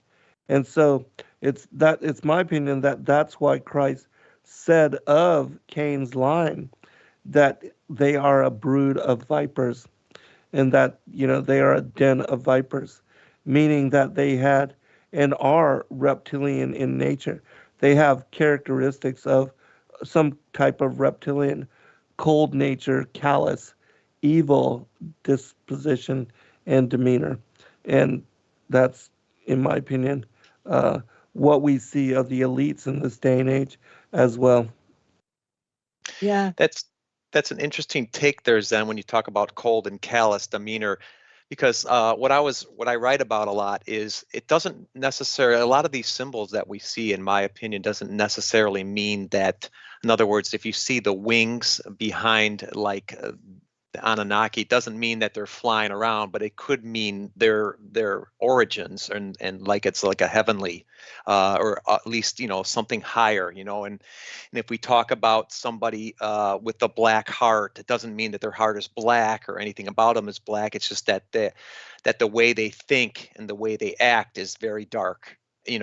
And I like what you said that about the serpent and equating it with the cold, callous, and that type of demeanor is because, again, the demeanor of a snake, that could be the way they actually work themselves in this world.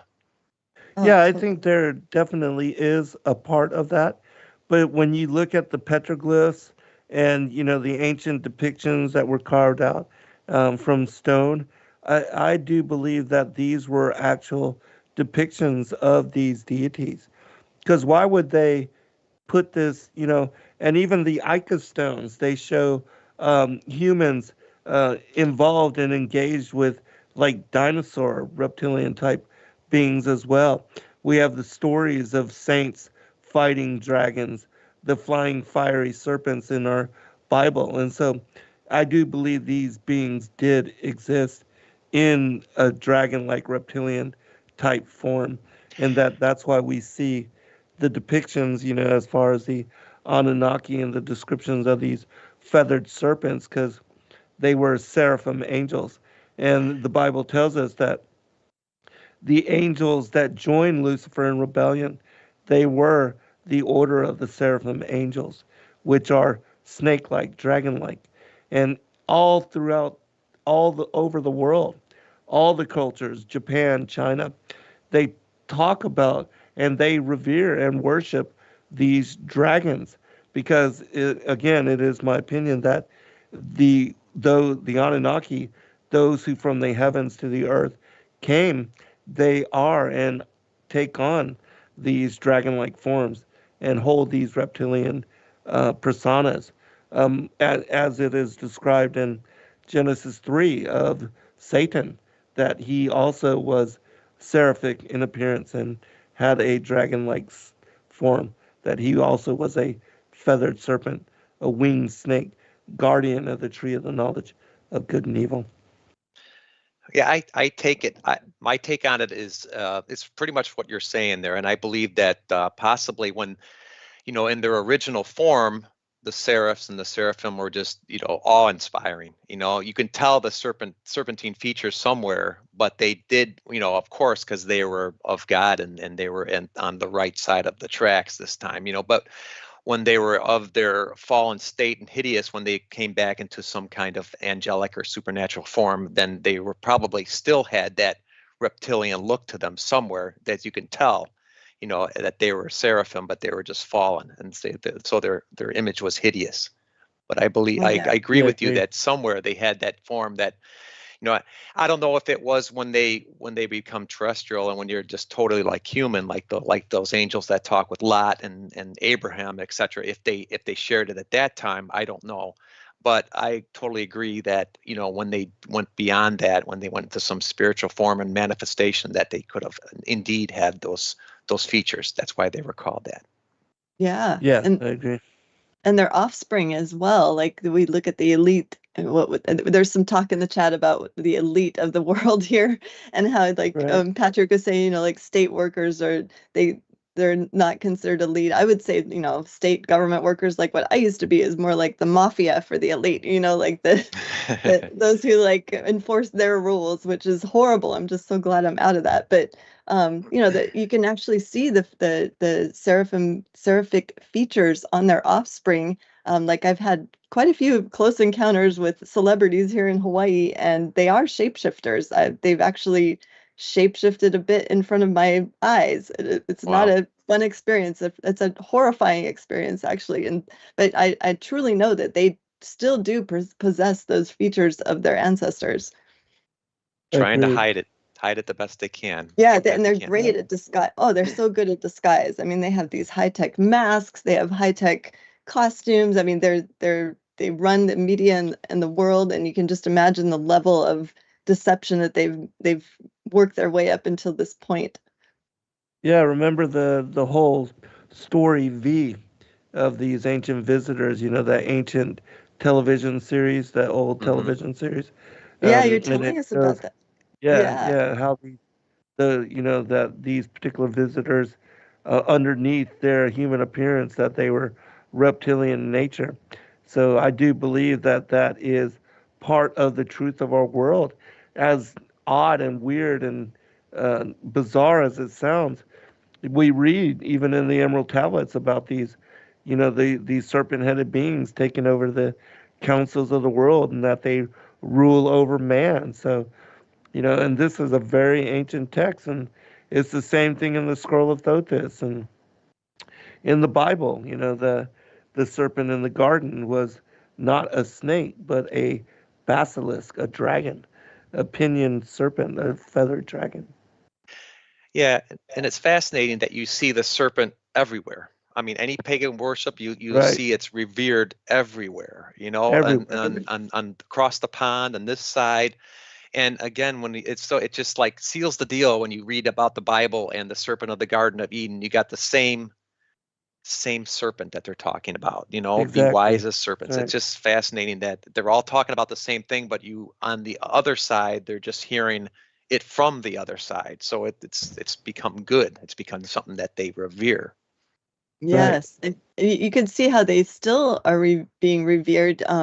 They like when we travel around the world a lot, and one of the places that stuck in my mind, I was an art major in college, so I was really interested in all the different artistic depictions in major cities around the world. And we were in Norway, maybe about 10 years ago, and there's a particular park there. I think it's called Nell Park, and in this park, it's all full of statues, and they look like fairly modern. Like they don't look like Tartarian level. I think they were made in like the 80s or early 90s.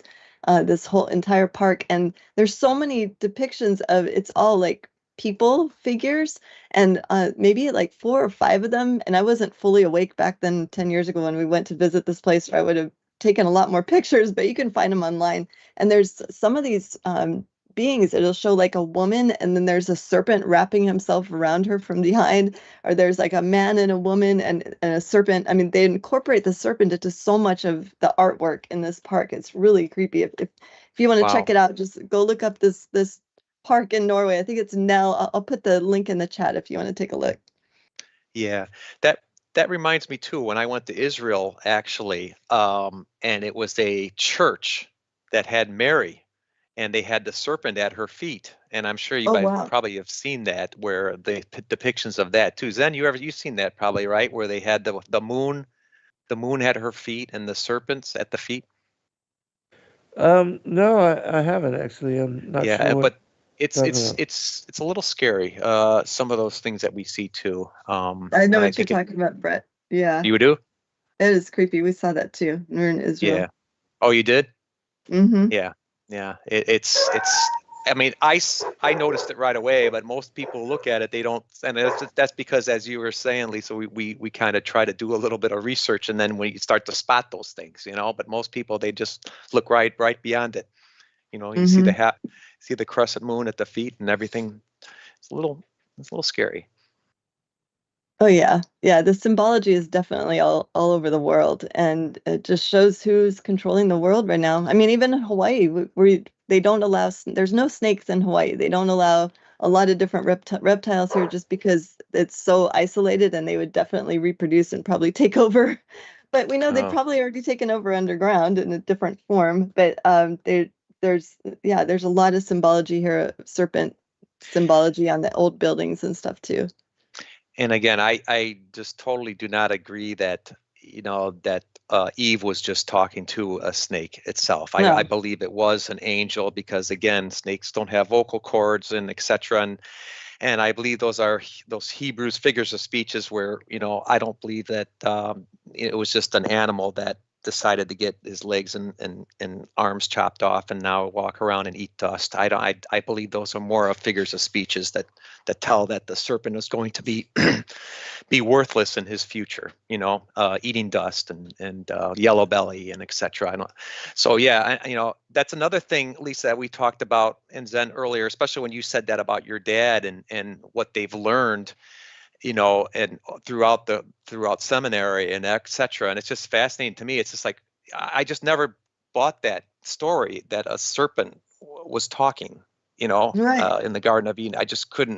I couldn't figure it out. And people still today, it was a serpentine type of being and blah, blah, blah, Yeah, and like the first sin was eating a piece of fruit. Like that never made sense to me that they'd get banished from the Right. garden for eating it. I mean, Yeah. I always thought in my mind there had to be something else going on, but until I started doing research and listening to amazing speakers and authors like you and Zen, it's just then everything started coming together. Like, okay, no wonder it was such a big deal. Right. And Yeah. one thing I think it's hard, it gets me a little upset, is because people try to rationalize, and they still try to rationalize these stories that are so empty and that leave parts out of it, and people get turned off of they're trying to seek things, they're trying to seek Christianity and understand what the Bible's all about, but then you get this half-baked interpretation with Mm-hmm. things being inserted in and left out, and you don't really have a chance to dig deeper. It's like, okay, the Bible's the only source, that's it. If you look at anything else, you're totally, you're wrong, and it's like, well, that shouldn't be that way. I should have the gift of discernment that I could use, hopefully, right? Mm-hmm. Yeah, yeah, Mhm. yeah. Yeah, Okay. absolutely. I think that, as you said, Brett, that people have been leaving the church because they're not receiving the truth, and that they're going to, alternative forms of thought and Mm-hmm. alternative religions. And some people are even worshiping now the ancient aliens as our creators. And that is, the new scientism, the new religion is the worship Yes. of these ancient deities. And the Bible warns us of that, calls it the strong delusion, and tells Mm-hmm. us that the Antichrist will come to power at the end of days, near the end times, before the return of the true Messiah. So, all of these things are very important to understand to make sense of the world. Yeah. And that level of corruption, like you're mentioning, Brett, it's in the seminaries, it's very evident to us just because Noble attended seminaries as well. And a lot of our friends are pastors. We used to have a Bible study at our house where we'd have quite a few people, almost 30 people would come over every week and go through the Bible until Noble and I started waking up to the corruption and teaching the other books alongside the Bible. Then we had quite a exodus from that Bible study. And especially when we started mentioning that the earth was flat. Yeah, that was like okay, everybody was like, okay, what is wrong with you guys? What did you guys Right. drink recently? What kind of Kool-Aid did you have? And then pretty soon our Bible study kind of dissolved and we didn't see these Oh. pastors anymore. But yeah. It's fascinating Yeah. to see how much people just dissuage away when they start to hear things. Let's say serpent seed, right, Zen? When they hear those two Absolutely. words, they hear that, and it's just funny how people just disseminate and don't even want to hear it. And it's and and I think that's done on purpose because people out there trying to accomplish these goals and agendas, they know a lot about psychology and what works with people, and you scare them a little Yes. bit, you say a few things, and then you put a spotlight on it and say, oh, this person thinks this, he's got to be crazy. It's just like, Yep. well, if you believe there's a God, you can believe that maybe angels can take on human form if you actually read the Bible and understand what happened with Lot and Abraham. There's a little bit more to it, Oh yeah. Yeah, there's a lot more to it. People haven't been taught truth most of their entire lives. And so when they start to hear alternative forms of thought or the things that come forth in the extra biblical material, it challenges their shallow belief systems because they don't have a foundation for real truth, and they don't want the meat of the word. They just want milk in order to confirm the things they already think they know of with Mhm. regard to truth.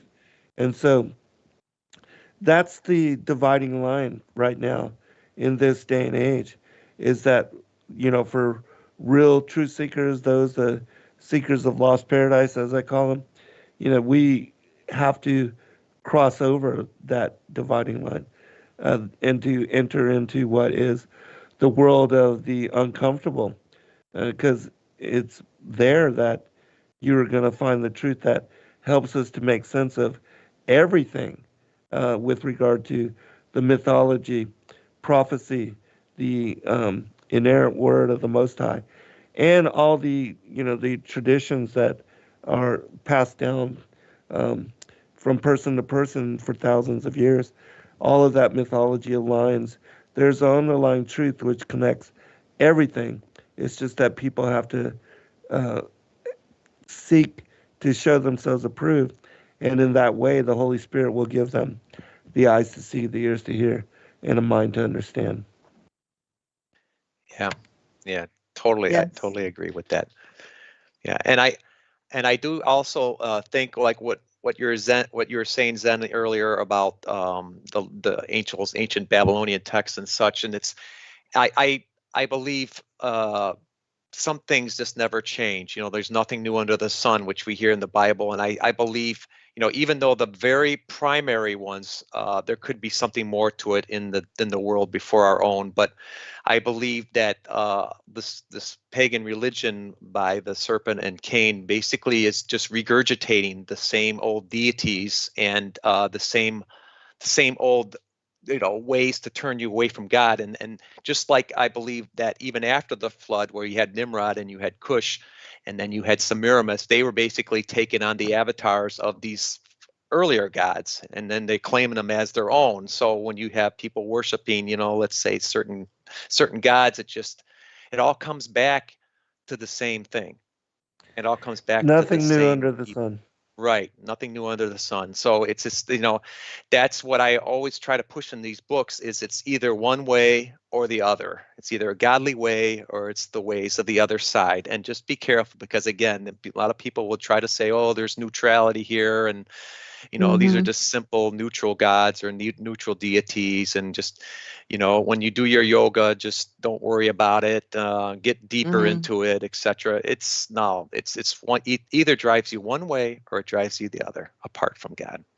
Right. The hardest thing for people to understand about this world is that there is a evil legion, the fallen angels, that they are here and have been here for a very long time, and that they have taught in the Gentile nations, in the pagan nations, the worship of themselves. And so where we see the worship of multiple gods and goddesses, and these particular so-called gods and goddesses raping women or men or involving themselves in the affairs of humanity in an unnatural, evil manner, declaring, worship by blood or victim sacrifice, those kind of things are evil. And God would not demand such of anybody. And so those cultures, civilizations, and religions that worship beings that demand blood sacrifice, victim sacrifice, the offering up of babies, when you learn and you have discernment, you will see that those religions are connected to the fallen angels. And that's why they, revere blood sacrifice, because they feed off of that energy. They feed off of the offering of blood. It's even in the emerald tablets. When the blood was offered, then they appeared. The blood sacrifice rituals. It's all part of the ancient Babylonian, ancient Atlantean religion, which is a worship of these fallen angels, these deities that can parade themselves even as angels of light. Yeah, it's a twisted way of godliness, like of God, what God demanded, the blood, not demanded, but he asked for a blood sacrifice, but it's just a way of twisting it around and Right. and attributing to another God, and then even making it worse to where actually it takes a human being down or hurts somebody Exactly. else just to bring more people down and to death. That's their goal. Right. Yes. And we see that with the parable also, the wheat and the tares that you guys talk about quite a bit here on this channel. Zen, you bring this out in your books of how the wheat and tares will grow up together, and they look very similar. And Judgment Day will be the time when they're all separated according to their works. That's another thing I talk about is Antichrist. And did you read that in that third book, Lisa, about the Antichrist and how yes. One of the best definitions, in my opinion, is it looks like, it sounds like Christ, it acts like Christ, but it's not quite Christ. It's a little bit different. So you might want to think about it when you think about all the people, the politicians and such out here trying to talk all these good things and nice things, but they leave God out of it. And they just, we better be secular. And they leave a lot of things that you think might be godly out. We're at the end already. Thank you, all right. Thank you, Lisa. Thank you, everyone. Thank you, guys. Shalom.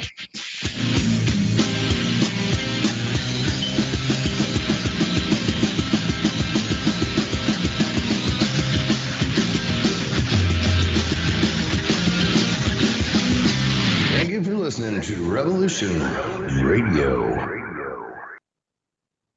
Fire! Crosstalk with Sarah Cross, a place for radio wanderers to learn about the highest laws and other related topics, with the occasional stroll through more relaxed notions. Every Wednesday, 1 p.m. to 3 p.m. Eastern, or 10 a.m. to 12 p.m. Pacific Standard Time. Crosstalk with Sarah Cross, Studio A on Revolution Radio.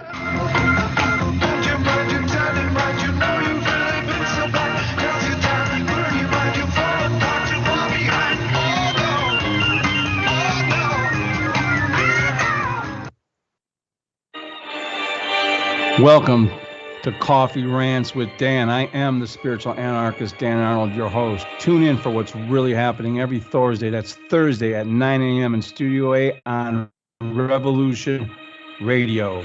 They keep us in fear to manipulate us. They want us ignorant so we're easier to enslave. They make us murder one another so they don't have to do it themselves. Only you can break their mind control by healing the contradictions within your belief systems that allow you to accept their lies in the first place.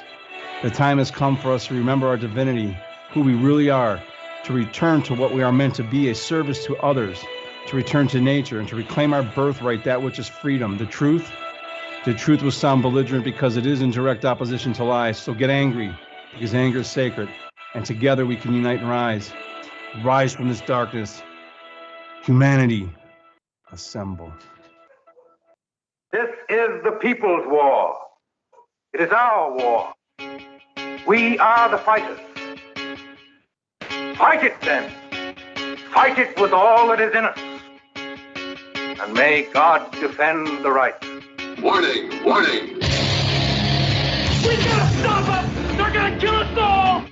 See how the trouble you've started? Be they the government, be they industry, be they organized labor, be they anyone. Or you can... Your partnership with Sacred Word Publishing goes further than the publishing of ancient manuscripts and weekly video content. You also make a huge impact across the earth in orphanages in Myanmar, India, Uganda, and Kenya. Your support is crucial for the development of the ecclesia of real truth seekers. We thank you for joining us in hosting Secrets Revealed, Momentary Zen, the Digital Readers Club, Ask Me Anything series, and other shows that have helped lead so many to the truth of salvation. To become even more involved, please visit patreon.com/sacredwordpublishing, where you can partake in exclusive, interactive, patron-only content and help us continue shining the light of love in this darkened world.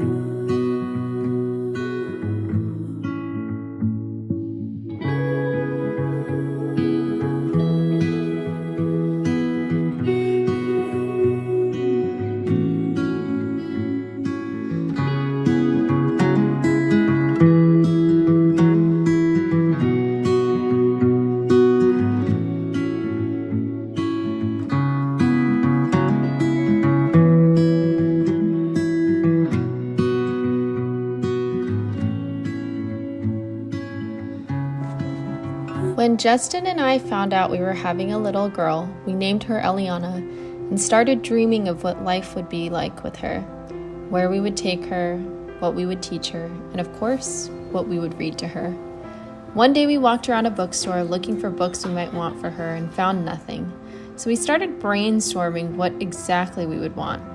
Even from a young age, we wanted her to know and understand the heart of God and hidden truths that are in ancient biblical manuscripts like the Book of Enoch, and the idea of the Prophecy for Children series was born. Justin got hard to work and praise Yah released the Prophecy for Children series. We are grateful for the support and amazing feedback from others who have been wanting the same for their children. With our newest addition to the family, Ezra, we also added Enoch's Judgment of the Giants to this prophecy series. We're excited to keep writing books for our children to share with our truth-seeking family. To order these books today, please check out sacredwordpublishing.com/collections/children's-store.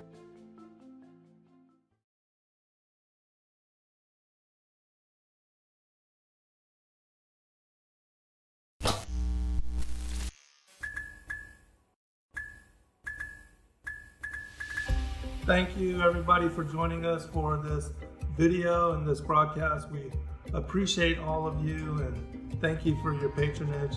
Please do like and subscribe and share with your friends. God bless all of you in your seeking.